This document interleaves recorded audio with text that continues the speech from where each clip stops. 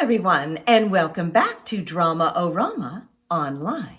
I'm Mrs. Combs, and I'm so excited to share this time with you today. So remember to have your journals ready, and let's get started. For today's warm-up, we are going to use our actors' tools, our body, our voice, and our imagination while playing a game that I like to call Drama Mama Says. We're going to walk about in neutral. And when I say Drama Mama Says, you must do exactly as I say. Are you ready? Find your space bubbles, then stand in neutral. Drama Mama says, walk about the space in neutral. Drama Mama says, cross your arms. Drama Mama says, cross your arms as if you are cold. Drama Mama says, add a sentence. I wish I had a warmer coat. Drama Mama says, freeze and neutral. Drama Mama says, walk about in neutral. Drama Mama says, look around.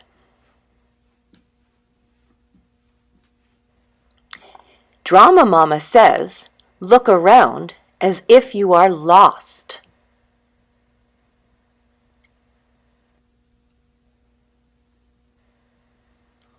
Drama Mama says, add a sentence. I'm scared. Drama Mama says, freeze and neutral. Drama Mama says, walk about in neutral. Drama Mama says, give a thumbs up. Drama Mama says, give a thumbs up as if your best friend just won the game for you. Drama Mama says, add a sentence. You are awesome! Drama Mama says, freeze and neutral. Very good. Today, we are going to explore all the story elements: character, setting, plot, conflict, and resolution in the Japanese fairy tale MOMOTARO. MOMOTARO means peach boy in Japanese. We're going to use our bodies, our voices, and our imagination to dive more deeply into specific moments in the story. I will tell the story, pausing to highlight specific story elements, and I want you to follow my directions as I act it out, and I want you to act it out with me. Are you ready? Find your space bubbles, then stand in neutral. Exploring all the elements in MOMOTARO. Once upon a time, there lived an old man and an old woman in a small village in Japan. They loved each other very much, but were lonely because they didn't have any children. Well, one day, the old man went to the mountains to chop firewood, while the old woman went to the river to wash clothes. Well, as she was finishing up, she noticed a giant peach floating down the river. It was as if the river was gently carrying that peach towards her. Curious, she went over to the peach and picked it up and thought, ooh, this would make a great supper. So she brought it home, and when her husband came home, she said, look at this wonderful peach that I found. And he said, it is indeed remarkable. Let's divide it and eat it. So she got a knife from the kitchen, and just as she was about to cut it open, she heard what sounded like a human voice coming from inside the peach. Wait! Don't cut me! And then, all of a sudden, the peach split open and out popped a beautiful baby boy. They were so surprised and so delighted, and they took this baby boy as their son.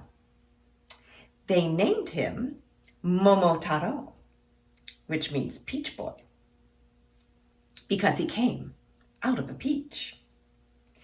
And they loved him and honored him, and they raised him well. Freeze. Let's dive deeper into the characters and plot in this part of the story. In the beginning of MOMOTARO, we meet the old man and the old woman.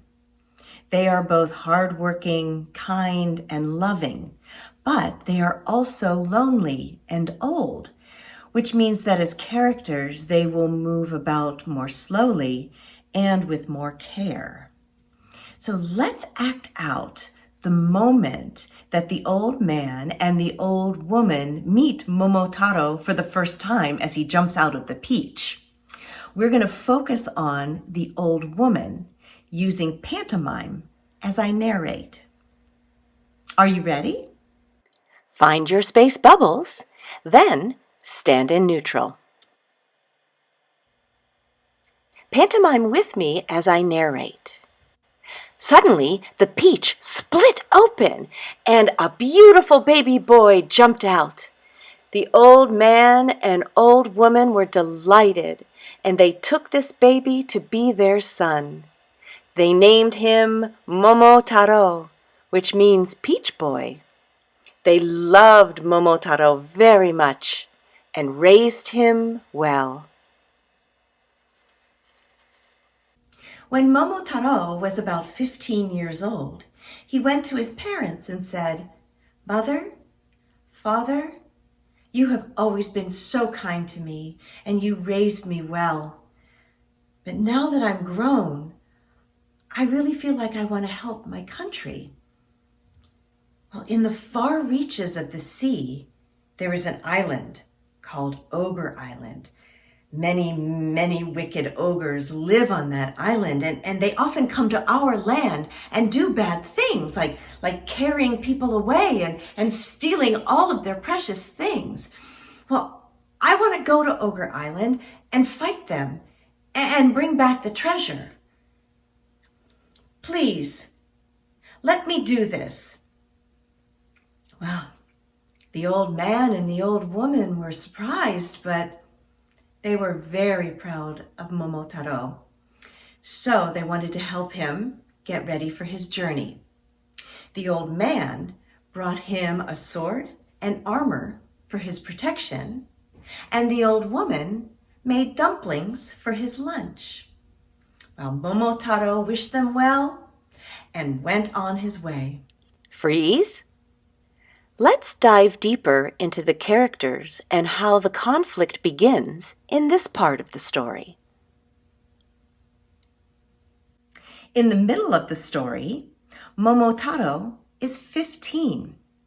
He is very brave and very, very respectful of his parents. He also wants to go on a very dangerous mission and needs his parents' blessing. This is where the conflict begins. So let's say his line, "Please let me do this," showing respect, showing bravery in our faces, our bodies, and our voices. Are you ready? Find your space bubbles, then stand in neutral. I want you to show bravery in your face and your body. And then when I say action, say the line, "Please let me do this," showing respect and bravery. And action. Please, let me do this. Freeze. Very good. MOMOTARO walked and walked and walked toward the sea. On his way, he met a spotted dog. Well, the spotted dog growled at him. "Arr, stop! You cannot pass this way until you fight me first." And Momotaro said, "Wait, I do not wish to fight you." And he gave the dog a dumpling. Well, the dog was very surprised and said, "Oh, well, thank you." And he gobbled up the dumpling. Then Momotaro said, "Look, I'm going to Ogre Island to fight the ogres and bring back treasure. Do you want to join me?" "Oh, of course." And the spotted dog and Momotaro were on their way. A little later, they met a monkey. "Oh, stop! You cannot pass this way until you fight me first." And he picked a fight with the spotted dog. And Momotaro said, Wait, we don't wish to fight you. We're actually going to Ogre Island to fight the ogres and bring back treasure. Do you want to join us?" And the monkey said, "Oh, of course." And Momotaro gave the monkey a dumpling, and they were on their way. Just then, they came upon a pheasant. "Arr, stop! Stop! You cannot pass this way until you fight me first." Arr. And she picked a fight with the spotted dog and the monkey. And Momotaro said, No, wait. We do not wish to fight you. We are actually going to Ogre Island to fight the ogres and bring back treasure. Do you want to join us?" And she said, "Oh, well, of course." And Momotaro gave her a dumpling, and they were on their way. Freeze. Let's dive deeper into the characters that add to the conflict in this part of the story. In this part of the story, Momotaro meets 3 distinct characters who stand in his way and add to the conflict. We are going to explore these animal characters by first moving and vocalizing as the animal, and then morphing into the animal character by saying the line, "Stop." So let's morph together. Are you ready? Find your space bubbles, then stand in neutral. I want you to move about like a dog. Now vocalize. Grrr, grrr, Good. Now slowly morph into the spotted dog character. And when I say action, I want you to say stop as the spotted dog character. And action. Stop. Freeze. And neutral. Now I want you to move about like the monkey. Now vocalize. Good. Now slowly morph into the monkey character. When I say action, I want you to say stop as the monkey character. And action. Stop. Freeze and neutral. I want you to move about like a pheasant. Now vocalize. Good. Now slowly morph into the pheasant character. And when I say action, I want you to say stop as the pheasant character. And action. Stop. Freeze and neutral. Very good.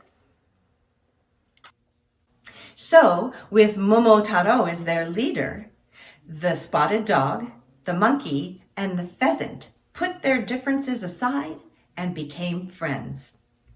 They walked a long way and finally reached the sea.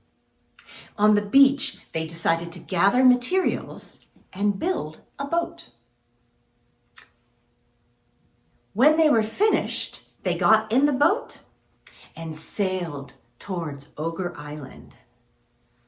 When they got close, they saw that they had built a strong, tall fort, and there were many, many ogres inside.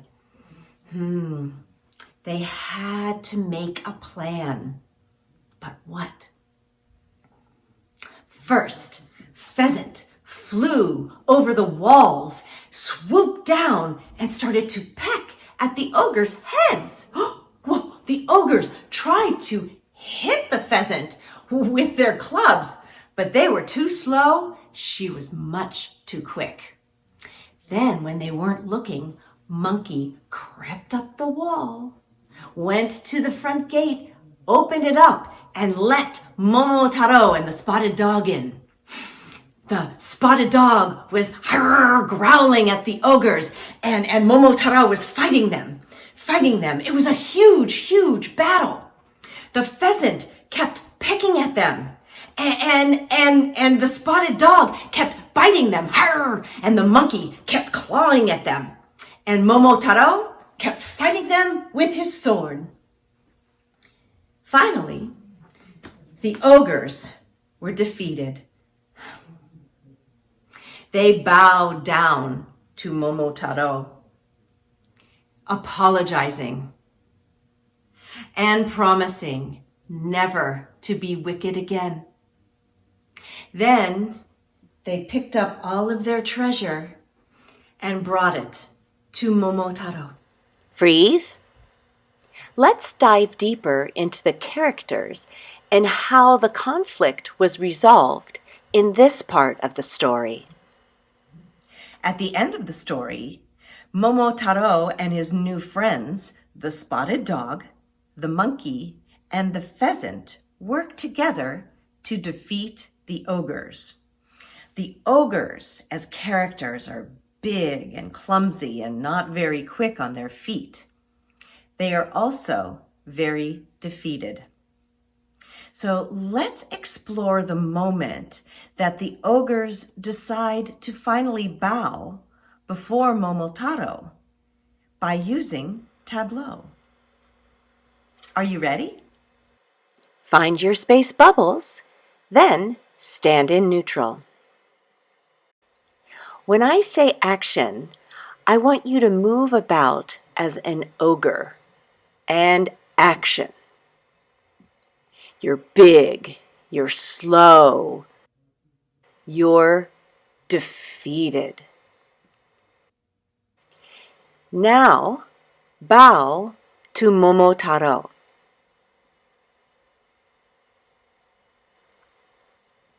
Freeze. At last, the ogres were defeated. They all bowed down low to Momotaro and promised to never be wicked again. Then they brought Momotaro all the treasure they had.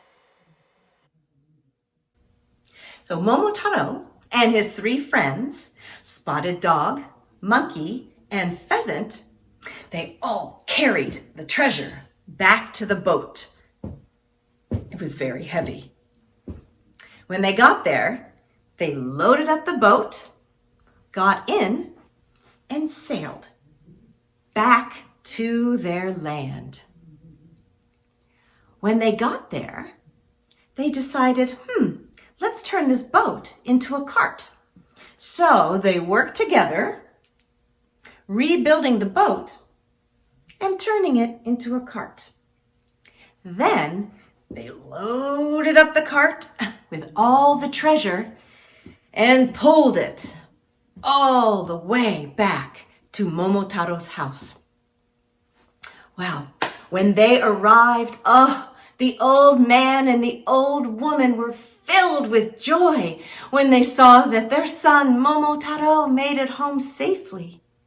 And then he presented them with all of this treasure. They couldn't believe it. They were overwhelmed, so thankful that they had all the riches in the world and their son was back with them again. And they all lived happily ever after. The end.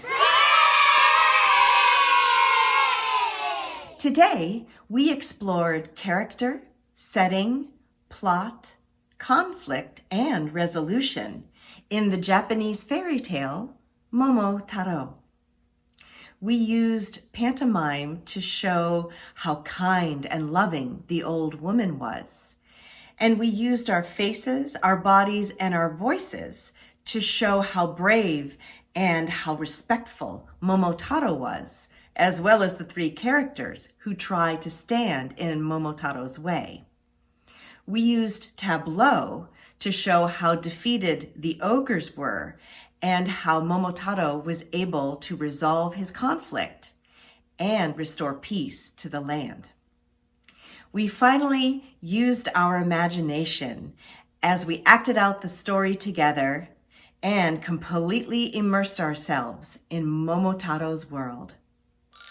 It's time for today's journal prompt.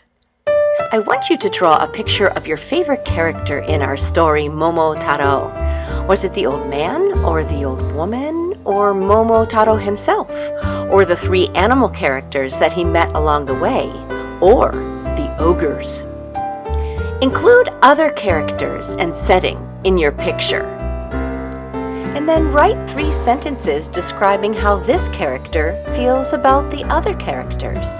And remember, use details.